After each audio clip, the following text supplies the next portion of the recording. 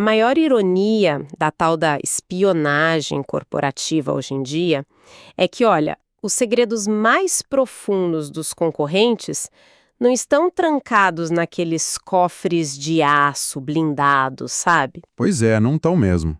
Eles estão, tipo, escancarados em anúncios caríssimos na internet, com essas empresas literalmente pagando e praticamente implorando para que o público olhe para eles. Certo, vamos desvendar isso. Na nossa análise de hoje, o tema central gira em torno da arte de coletar inteligência competitiva. Um tema excelente, diga-se de passagem. Com certeza. E o objetivo do nosso mergulho profundo não é brincar de agente secreto. A missão aqui é mapear de forma ética como o mercado opera para, no fim das contas, encontrar oportunidades de ser sustentavelmente melhor para o cliente. O que torna o material de hoje fascinante é exatamente a quebra desse mito do sigilo, né? Exatamente. Se a gente conectar isso ao cenário maior, a realidade é que, toda organização atua sob a pressão constante da concorrência. Não existe vácuo no mercado. E essa pressão pode vir de um competidor incrivelmente direto, aquele que divide o mesmo quarteirão ou a mesma palavra-chave no Google. Ou até de uma força bem direta, né, que oferece uma solução completamente diferente para o mesmo problema daquele cliente. Isso, perfeito. A inteligência competitiva, ela precisa ser um processo crônico. Não é um evento isolado que acontece apenas ali na abertura de um negócio e depois o pessoal esquece. O alvo de mapear os competidores é dissecar a excelência técnica deles, mapear as ineficiências e, o principal, encontrar as assimetrias do mercado. Porque é na assimetria que a oportunidade de lucro se esconde, não é? É o pulo do gato. É exatamente aí. Bom, para encontrar essas assimetrias, o processo começa de forma muito crua, sabe? Longe das telas. E antes de a gente ir para os dados digitais, a fundação de praticamente qualquer negócio com presença palpável começa no mundo físico. O nosso bom e velho trabalho de campo. Que muita gente ignora hoje em dia. Totalmente. A observação da realidade tátil revela nuances que um painel de métricas digitais simplesmente não consegue capturar. Isso envolve visitar os estabelecimentos, tipo sentar nas lojas, observar o tempo de atendimento, medir a frustração de quem está na fila, ficar do lado de fora contando os carros no estacionamento. Mapeando o fluxo de pessoas, né? Quem entra com as mãos vazias e quem sai com sacolas cheias. Isso. E olha, confesso que, como eu estou conduzindo essa análise, quando eu li sobre essa tática na nossa fonte, a imagem que me veio foi muito engraçada. Eu imaginei logo um detetive particular em um filme noir clássico. Sabe aqueles de sobretudo, tomando um café frio no carro enquanto faz anotações em um bloquinho? É uma imagem bem cinematográfica. Mas brincadeiras à parte, em plena era da automação, onde algoritmos entregam aqueles relatórios preditivos em tempo real, esse trabalho físico não soa como uma perda de tempo colossal? Tipo, não é um pouco antiquado? Olha, eu entendo perfeitamente a imagem mental. Mas subestimar o mundo físico é, sem dúvida, um dos erros mais caros que um estrategista pode cometer hoje. O trabalho físico não é antiquado. Na verdade, ele é o único mecanismo à prova de falhas para auditar a narrativa digital de uma empresa. Auditar a narrativa digital? Como assim? Pensa bem, na internet, o custo para aparecer um gigante é muito baixo. Um site com design impecável e uma injeção pesada de capital em mídia paga, isso cria uma ilusão de domínio de mercado enorme. Ah, entendi. Aquela fachada maravilhosa. Isso, mas a realidade operacional não perdoa. Se o marketing projeta que a marca é o maior sucesso da região, mas a observação física demonstra que o estacionamento está às moscas em horários de pico, ou que a proporção de visitantes para compradores reais é baixíssima, a fachada cai na mesma hora. O que se descobre aí é uma taxa de queima de caixa insustentável. Eles estão pagando muito caro para atrair tráfego, mas a operação física não converte. Nossa, então o estacionamento vazio não é apenas um detalhe bobo, é um baita indicador financeiro que nenhuma ferramenta digital vai te dar de graça, né? É auditar o que eles dizem ser contra o que eles realmente são.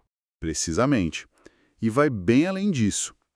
Quando se avalia como os produtos estão posicionados fisicamente nas prateleiras, ou o nível de estresse dos funcionários no balcão de atendimento, O que está sendo auditado ali é a saúde da cadeia de suprimentos e a cultura interna da empresa. Sério? Só olhando a prateleira? Sim, prateleiras com espaços vazios ou produtos frontais muito repetidos. Sabe quando puxam o mesmo produto para cobrir o buraco? Sei, fazem muito isso no mercado. Então, isso pode indicar problemas graves com fornecedores, ou falta de fluxo de caixa para manter o estoque rodando. E o atendimento apático que a gente mencionou, ele revela um problema de retenção de talentos ou falta de treinamento. A presença física nunca mente. É o ponto onde aquele marketing todo abstrato colide com a execução real. Caramba. Se o botão de comprar no site promete facilidade, mas a loja física é um caos logístico, existe ali uma fraqueza monumental, prontinha para ser explorada por quem oferece consistência. Nossa, isso é poderoso. E, olha, aqui é onde a coisa fica realmente interessante. Porque depois de dominar essa auditoria do agora, né, dessa execução física crua, a gente precisa subir um degrau, investigar como a concorrência pensa a longo prazo. E aí a gente entra no que poderíamos chamar de espionagem digital. Que é um terreno vasto. Muito. E uma tática em particular chamou demais a minha atenção nas fontes: a armadilha dos cookies. Essa é genial. É incrível. A estratégia é entrar deliberadamente nos sites das empresas concorrentes, inserir nomes de produtos, colocar itens no carrinho e aí abandonar a página de propósito. Tudo para que os cookies registrem a navegação. O objetivo é forçar o algoritmo deles a registrar esse interesse falso e, a partir daí, ser bombardeado pelas campanhas de anúncios deles em todas as redes e dispositivos. O famoso remarketing perseguidor. Exato. Mas, me colocando no lugar de quem nos ouve agora, ficar assinando newsletters, colocando e-mail em listas de concorrentes e assinando feeds, isso não vai apenas transformar a nossa própria caixa de entrada em um caos total de lixo eletrônico? A rotina de trabalho das pessoas já é tão ruidosa. Vale mesmo a pena poluir o próprio ecossistema digital com isso? Olha, o que é fascinante aqui é a mudança de perspectiva sobre o que a gente considera ruído. Esse caos na caixa de entrada não é lixo eletrônico, no contexto da inteligência de mercado. Ele é um mapa estratégico em tempo real do orçamento do concorrente. Um mapa do orçamento. Sim, ao se colocar intencionalmente no funil de vendas deles e se deixar ser perseguido pelos anúncios, quem faz a análise ganha acesso direto às métricas de desespero e às teses de conversão daquela empresa. Peraí, pra tudo. Como assim métricas de desespero? Eu amei esse termo, mas explica melhor. Claro. Pensa na mecânica do anúncio. Cada vez que uma campanha persegue um usuário que abandonou o carrinho, a empresa está gastando dinheiro, certo? Certo. O clique custa caro. Exato. Se um concorrente envia para aquele e-mail um desconto de 10% no dia seguinte e depois aumenta esse desconto para 30% 3 dias depois, o que isso revela para a gente?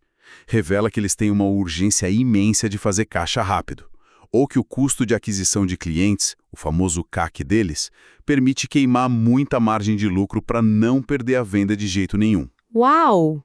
Por outro lado, se a comunicação foca apenas em reforçar o valor da marca, sabe, sem baixar o preço nem um centavo, isso demonstra confiança no posicionamento e uma margem de lucro que eles se recusam a achatar. Gente, isso muda tudo. Então, observar o anúncio não é apenas olhar para aquela imagem bonita no Instagram ou para o texto persuasivo. É literalmente fazer engenharia reversa do fluxo de caixa e da estratégia de precificação deles. Engenharia reversa pura. E monitorar a linguagem que utilizam permite entender qual é a dor do cliente que eles acreditam estar resolvendo. Se ao longo de um mês a narrativa do anúncio muda de, digamos, qualidade premium para entrega mais rápida, isso significa que eles testaram a primeira tese no mercado e falharam. E agora estão pivotando a estratégia de conversão para ver se a entrega rápida atrai mais. Faz todo sentido. O objetivo de coletar esse bombardeio digital é ter dados puros para decidir. Vale a pena imitar o que claramente está gerando cliques para eles? Ou a jogada mais inteligente é se posicionar no extremo oposto e servir a parcela de clientes que está sendo completamente ignorada por essa abordagem deles? É quase como ter um espião infiltrado nas reuniões de marketing semanais deles, simplesmente pelo fato de não ter limpado os cookies do notebook. É genial. E, Se a estratégia dos algoritmos e anúncios é algo que está ali na superfície da internet, à vista de todos que sabem olhar, existe um outro repositório de dados que voa completamente abaixo do radar. Totalmente esquecido. Muito. Para encontrar análises de alto nível, dados analíticos que o Google não indexa gratuitamente, a direção apontada nas fontes foge totalmente do senso comum. A biblioteca física. Pois é, a boa e velha biblioteca. Sim, vivemos em uma época onde existe a ilusão de que o mundo inteiro, todo o conhecimento da humanidade, está disponível a algum clique no buscador. E essa é, sem dúvida, uma das meias-verdades mais perigosas do mundo dos negócios hoje. Achar que tudo está no Google. A indexação de buscas gratuitas é apenas a ponta da ponta do iceberg informacional. Lendo sobre isso, eu fiquei imaginando uma cena. A melhor forma de visualizar essa situação é pensar na biblioteca como a área VIP de uma balada extremamente exclusiva. Gostei da analogia. Né? Porque a entrada já foi paga, seja através dos nossos impostos, no caso de bibliotecas públicas, ou pelas mensalidades muitas vezes exorbitantes, no caso das universitárias.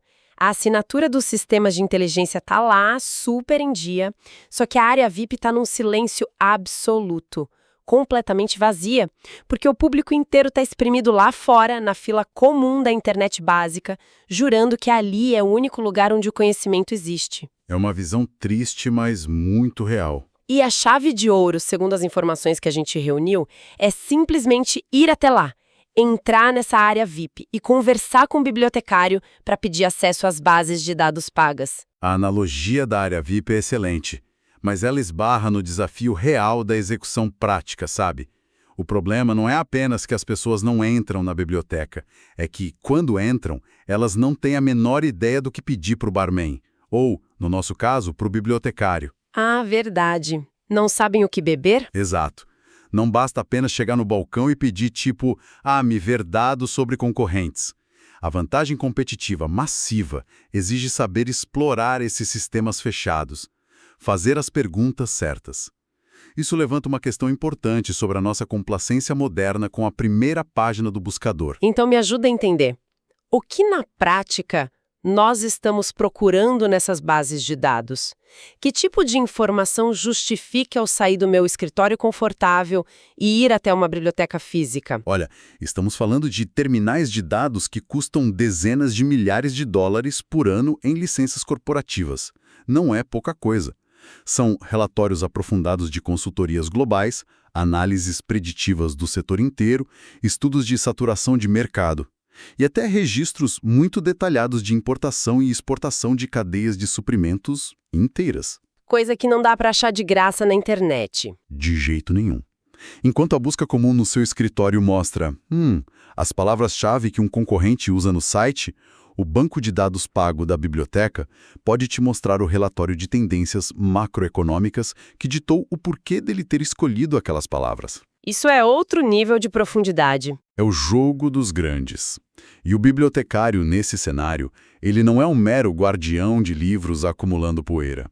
Ele é um arquiteto de busca treinado para navegar por sistemas supercomplexos de inteligência de mercado. Utilizar esse profissional e essas ferramentas subsidiadas entrega uma visão macro que nenhuma tática de guerrilha com cookies conseguiria revelar sozinha. É literalmente ter o poder analítico de uma grande corporação multinacional usando a infraestrutura pública ou acadêmica. Incrível.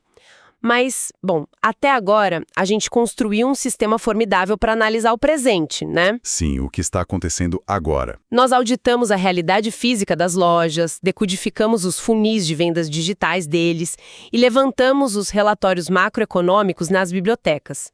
Porém, o cenário empresarial é implacável. E o desafio seguinte apontado na nossa exploração das fontes é quase um exercício de adivinhação. Adivinhação baseada em dados, eu diria. Xadrez olhando apenas para o tabuleiro de hoje e jogar prevendo as próximas 10 rodadas. A inteligência competitiva, que foca apenas nos atores atuais do mercado, ela é puramente reativa. O verdadeiro ganho de capital, a grande vantagem, acontece quando se antecipa a disrupção. Novos concorrentes não surgem por geração espontânea do nada. Eles não caem do céu. Não mesmo.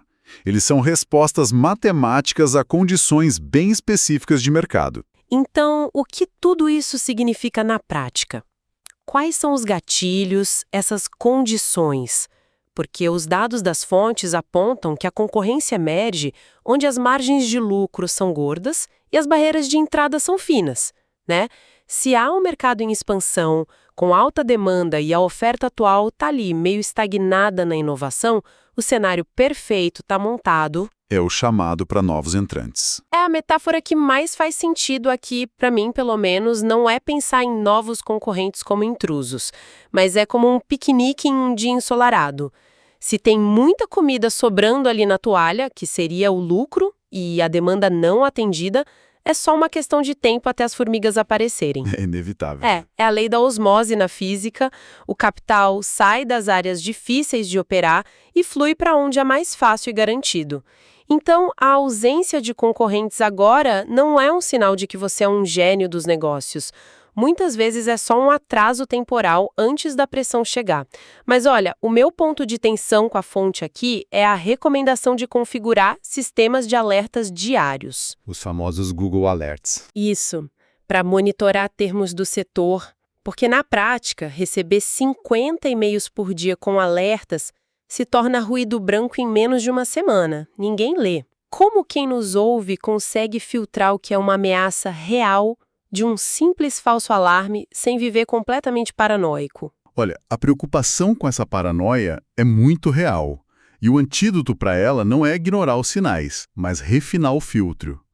O erro clássico, e eu vejo muita gente cometer, ao tentar monitorar os concorrentes do futuro, é configurar alertas para termos hipergenéricos, tipo colocar o nome da própria indústria no alerta. Ah, tipo colocar mercado de tecnologia. Exato.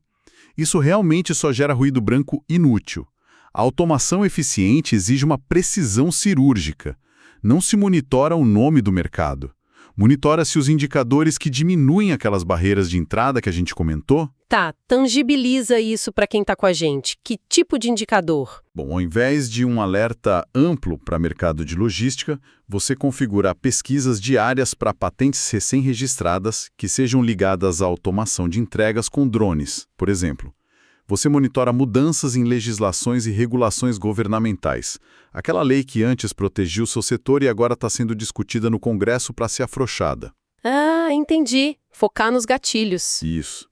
Acompanha-se também a movimentação de rodadas de investimentos. Se grandes fundos de capital de risco começam a despejar rios de dinheiro em pequenas startups que resolvem um problema periférico do seu setor, é uma questão de meses até que esse capital enorme seja direcionado para engolir o núcleo do negócio. A sistematização tira a emoção e a ansiedade da equação. O monitoramento passa de um medo abstrato do escuro, aquela paranoia, para uma leitura analítica de sismógrafos. Nossa, leitura de sismógrafos. É perfeito. Quando se lê os tremores iniciais bem cedo, a resposta pode ser planejada com muita calma, muitas vezes integrando a nova tecnologia antes que a startup nascente tenha tempo de ganhar escala e virar uma ameaça real. Sensacional. Mas quem está acompanhando o nosso mergulho agora pode estar pensando o seguinte: a rotina já é tão caótica, eu mal tenho tempo de fechar a folha de pagamento da minha equipe no fim do mês ou de aprovar o cronograma de um projeto. Como eu vou arranjar tempo para sentar num carro no estacionamento alheio, decifrar dezenas de anúncios de remarketing, ir até uma biblioteca pública e ainda programar alertas complexos na internet? Essa é, sem dúvida, a objeção mais comum que existe. E, sendo bem honesto, é a mais justificável também. A armadilha aqui é tentar aplicar todas essas metodologias simultaneamente, querer transformar a inteligência competitiva em um departamento gigantesco da noite para o dia. Ninguém dá conta de fazer tudo de uma vez. Ninguém. A resposta não é gerar sobrecarga, é implementar micro-hábitos que estejam alinhados ao maior ponto de dor atual da operação. Focar em um problema por vez. Exatamente. Se a conversão digital está muito baixa no momento, o foco exclusivo deste trimestre deve ser a auditoria da estratégia de cookies e os anúncios dos concorrentes diretos. É ali que está a resposta. Se a expansão geográfica para outro bairro é o desafio do semestre, a observação física de fluxo e a visita à biblioteca para pegar dados demográficos tomam a frente das prioridades. Faz sentido. É sobre intencionalidade. A excelência não vem de fazer tudo ao mesmo tempo, mas de escolher um único vetor de investigação que tenha o poder de destravar o maior gargalo operacional do momento. Analisar a concorrência no fim das contas não é sobre copiar os caras. Não é um manual de como clonar os movimentos do vizinho. Com certeza não. É sobre compreender os pontos fortes e fracos para elaborar suas próprias estratégias. É utilizar o mercado inteiro como um espelho de altíssima resolução, onde os erros e acertos alheios evidenciam claramente o que precisa ser lapidado na própria operação para a gente se tornar um empreendimento cada vez melhor para o cliente final. Perfeito! Nós fizemos uma jornada bem profunda hoje. Desconstruímos a ilusão do sigilo. Validamos aquela necessidade inegociável de confrontar a promessa maravilhosa do digital com a realidade física dura das operações. Nós invertemos a lógica do incômodo, provando que o bombardeio de anúncios é, na verdade, uma consultoria gratuita sobre onde o capital da concorrência está sangrando ou faturando alto. E redescobrimos as bibliotecas. Sim, reivindicamos o valor oculto e silencioso do acesso a dados profissionais caríssimos nas bibliotecas e, por fim, transformamos aquele medo do desconhecido em um processo bem sistemático de rastreio das novas ameaças dos concorrentes do futuro. Foi uma análise e tanto. Foi, sim. E para encerrar o nosso mergulho profundo de hoje, deixamos aqui um pensamento instigante para nossa audiência refletir por conta própria até a nossa próxima análise. Presta atenção. Nós passamos todo esse tempo aqui focados em criar ferramentas e ajustar as lentes para observar meticulosamente os outros, certo? De fora para dentro. Certo. Mas e se a lente for invertida hoje? Se um estrategista concorrente estiver neste exato minuto fazendo o trabalho de campo no estacionamento da sua operação, ou se ele forçar intencionalmente o algoritmo para receber os seus anúncios de remarketing, o que a sua pegada física e digital está gritando para o mercado agora? O nível de serviço lá no balcão e o tom, seja de desespero ou de confiança, no seu e-mail de carrinho abandonado, revelam de forma inegável uma operação robusta e preparada ou expõem abertamente todas as fraturas na sua fundação. Fica a reflexão.